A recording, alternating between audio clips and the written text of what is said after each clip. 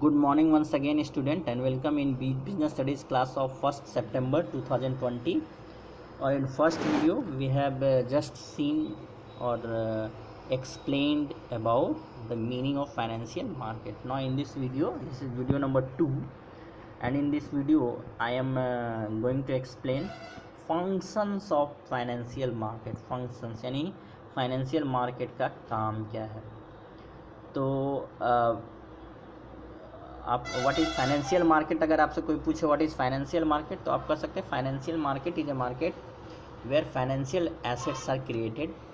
और आप ये भी कह सकते हैं, अपने मन से भी आप लिख सकते हैं, financial market is a market where investors और household meet with each other and exchange financial asset. तो आप अपने मन से जो भी आपका मीनिंग आपको समझ में आ जाए तो आप लिख सकते हैं बहुत आसानी से.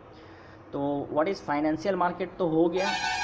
अब हम लोग देखेंगे functions of financial market. Functions यानी कि फाइनेंशियल मार्केट काम क्या करता है.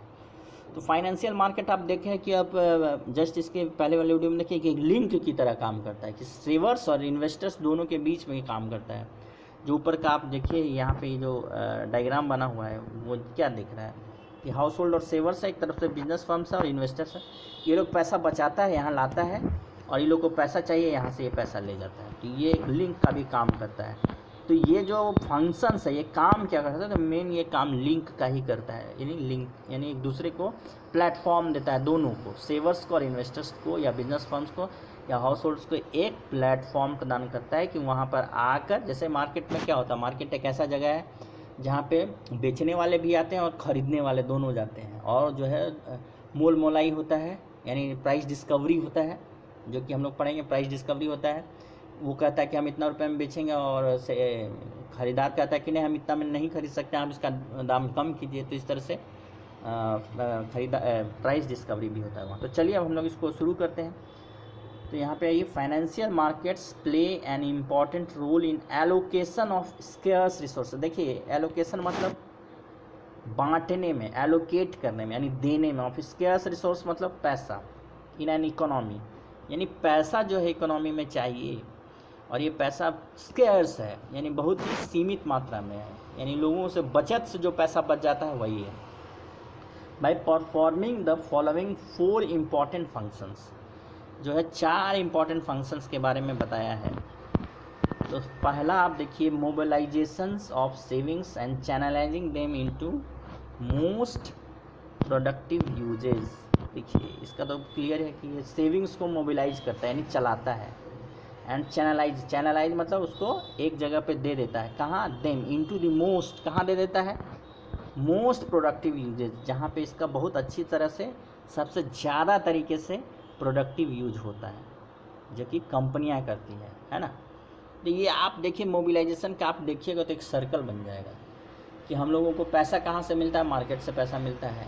जो दुकान लोग करते हैं, दुकान क्या करते हैं, वहाँ से उस मार्केट से पैसा मिलता है, लोग ही उसको पैसा देते हैं, और वो पैसा फिर क्या करते हैं, फिर से वो मार्केट में लगाता है. यानी जितना भी अपना यूज, जो भी देखिए जितना भी पैसा हमारे पास है, देखिए उसका कुछ अंश हम अपने पास रखते हैं जो डेली यूज़ के लिए होता है. अब मैं कह सकता हूँ कि बहुत बड़ा हाउस होल्ड भी है तो उसके घर में भी 10,000 15,000 रुपया कैश होगा, उससे ज़्यादा नहीं, क्योंकि 10-15 हज़ार से कैश. और आज का जो सिस्टम है, आज के ज़माने में जो है सबके पास ATM कार्ड है और मोबाइल फ़ोन है, जिससे कि वो फाइनेंशियल ट्रांजैक्शन आसानी से कर सकते हैं. तो कैश की मात्रा जो पहले घरों में रहती थी वो और कम हो गई है. अब वो कैश लोग बैंक अकाउंट में ही रखते हैं और उसको लिंक कर देते हैं अपने UPI से, और फिर वहाँ से भी आप पेमेंट कर सकते हैं, या डायरेक्ट ATM से जब आपको ज़रूरत पड़ता है. तो इस तरह से जो सेविंग्स और बढ़ गया, यानी कि बैंक से पैसा निकाल कर अपने पास रखने के बजाय लोग बैंक में ही छोड़ दे रहे हैं पैसा. तो इस तरह से हम लोग क्या देखें कि स्केर्स रिसोर्स का ज़बरदस्त प्रोडक्टिव यूज़ हो रहा है. A financial market facilitates the transfer of savings from saver to investors, यानी सेवर्स से निकाल कर वो इन्वेस्टर तक पहुंचा देता है. ये पहला काम है. It gives savers the choice of different investment and thus helps to channelise surplus fund into most productive. जो सेविंग्स है उसको क्या करता है, वो तरह तरह का जो है, जैसे कि जो सेवर्स होता है वो लैंड एंड बिल्डिंग में भी पैसा लगाना चाहता है, कंपनियों में पैसा लगाना चाहता है, फिक्स रखना चाहता है या सेविंग बैंक में रखना चाहता है, तो उसको एक ऑप्शन देता है कि आप अपना बचत को कहाँ पर लगाते हैं। सब सेकेंड जो है फैसिलिटेट प्राइस डिस्कवरी, जिसके बारे में अभी मैं बोल रहा था कि हम लोग जब बाज़ार जाते हैं, जब भी दुकान में जाते हैं तो प्राइस डिस्कवरी होता है ना। वो एक एग्जांपल दिया कि जैसे कि कपड़े का हम साड़ी खरीदने गए तो साड़ी में वहाँ पे हमारा जो है कि वो बोलेगा कि 700 का साड़ी है, तो बोलेंगे नहीं भाई 500 में दे दो, फिर 550, बीच में एक प्राइस डिस्कवरी हो जाता है। तो इसी चीज़ से हम इसको समझते हैं कि ये प्राइस डिस्कवरी क्या है। You all know that the forces of demand and supply helps to establish a price for a commodity or services in the market। यानी आप लोग सब जानते हैं कि जितना डिमांड और सप्लाई है, इसके ये दोनों फोर्स काम करता है कि प्राइस डिस्कवरी। मतलब डिमांड करने वाला वो चाहता है कि इतना दाम पे हम खरीदना चाहते हैं, सप्लाई वाला बोलता है कि हम इतना दाम पर बेचना चाहते हैं। In the financial market the household are suppliers of the fund, यानी कि वो लोग पैसा देने वाला है। And business firm represent the demand, और बिजनेस फर्म जो है डिमांड का प्रतीक है कि उसको पैसा चाहिए। द इंटरेक्शन बिटवीन देम, यानी दोनों के बीच में जो इंटरेक्शन होता है कि हम इतना पे देंगे, हम वो बोलेगा हम इतना पे जो चाहते हैं, इसी चीज़ का नाम है प्राइस डिस्कवरी। तो ये भी एक फंक्शन होता है कि प्राइस डिस्कवरी होता है, जो कि स्टॉक मार्केट में आप देखते हैं। हाँ, स्टॉक का जो है दाम कम ज़्यादा इसीलिए होता है क्योंकि वो डिमांड सप्लाई का वहाँ फोर्सेस काम करता है, फैक्टर काम करता है, और वो सारा कंप्यूटराइज्ड वे से होता है, इसलिए फट जो है उसका जो है तुरंत जो है दाम जो है कम और ज़्यादा होता रहता है। लाल और हरा, लाल मतलब उसका लॉस दिखा रहा है, यानी उसका वैल्यू घट गया, और हरा का मतलब उसका वैल्यू बढ़ गया, शेयर का प्राइस बढ़ गया, सॉरी। नंबर थर्ड है ये providing liquidity to financial assets है कि फाइनेंशियल एसेट्स क्या होता है। एक फाइनेंशियल एसेट्स होता है जैसे कि हमारा एसेट्स होता है लैंड एंड बिल्डिंग एसेट्स। क्यों एसेट्स है? क्योंकि भाई जब फर्म जब ख़त्म होने वाला होगा या जब हमें पैसे की आवश्यकता होगी तो हम इसको बेच कर कैश ले लेंगे, है ना, लिक्विड ले लेंगे। कैश भी क्या है? कैश भी आपके लिए एक एसेट्स ही है, क्योंकि कैश का डिमांड मार्केट में इतना है कि कोई उसको डिनाई नहीं करता, स्वीकार नहीं करता है, वो तुरंत ले लेता है। वरना तो बार्टर सिस्टम में चला जाएगा। और मान लीजिए कोई आदमी कहे कि नहीं हम जो है अपने, मान लीजिए वो बैग सेलर है, बैग बेचता है, तो बैग के बदले में बोलेगा कि नहीं हम बैग के बदले में गेहूं और चावल लेंगे, तो उसको कितना प्रॉब्लम होगा। तो हम लोग उसको डिनाई नहीं कर, उसको गेहूं और चावल ही चाहिए, तो भाई वो गेहूं और चावल लेके ही बेचेगा, नहीं तो उसका सारा बैग पड़ा रहेगा, वो सारा बैग बिक नहीं पाएगा। तो ये कैश क्या है? कैश एक सिस्टम है, एक जो है एक मनी का जो है एक सिंबल है, पेपर मनी है, वो एक सिंबल है कि हाँ इसका इतना वैल्यू, आप इसको जो है खरीद लीजिए, ले लीजिए ये, और ये मार्केट में इसको कोई डिनाई नहीं कर सकता। अगर आपको किसी चीज़ की आवश्यकता होगी, आप मान लीजिए बैग बेच दीजिए, बैग के बदले में ये कैश ले लीजिए, और कैश से आप सब्जी खरीद सकते हैं, पेट्रोल खरीद सकते हैं, घर खरीद सकते हैं, भाड़ा दे सकते हैं, और जितना भी अपना डिमांड का है सारा पूरा कर सकते हैं। तो सभी लोग इसको एक्सेप्ट करते हैं। तो सेम चीज़ फाइनेंशियल एसेट्स होता है। फाइनेंशियल एसेट्स मतलब शेयर्स, डिबेंचर समझ लीजिए, और सेविंग्स, आपका फिक्स डिपॉजिट, ये सब जो है ये सब फाइनेंशियल एसेट्स है। तो फाइनेंशियल एसेट्स को ये लिक्विडिटी प्रोवाइड करता है। लिक्विडिटी मतलब कि उसको बेचकर हम कैश कैसे ले सकते हैं, और वो तुरंत प्रदान करता है। स्टॉक मार्केट में आपको तुरंत ही जो है कैश मिल जाएगा, बैंक अकाउंट में आपका पैसा ट्रांसफ़र हो जाएगा। तो ये आपको हो गया providing liquidity to financial assets, तो है ना, purchase and sale of financial assets. In doing so they provide liquidity to financial assets so that they can be easily converted into cash wherever required, यानी जब भी जरूरत हो cash में वो कन्वर्ट हो जाता है। कन्वर्जन बहुत होता है। मैंने एक जगह प्रैक्टिकल लेने गया था, मैं वो बोला कि when cash is current assets का डेफिनेशन पूछा, तो बोला कि जब जहाँ पे हम लोग करंट एसेट्स वो है जिसको कि हम 1 साल में कैश में कन्वर्ट कर सकते हैं।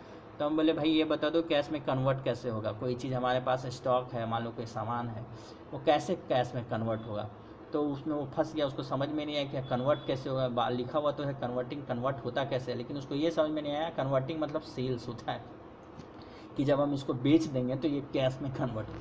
तो यही आप समझिए कि कन्वर्टिंग इनटू कैश मतलब उसको बेच कर पैसा बनाना।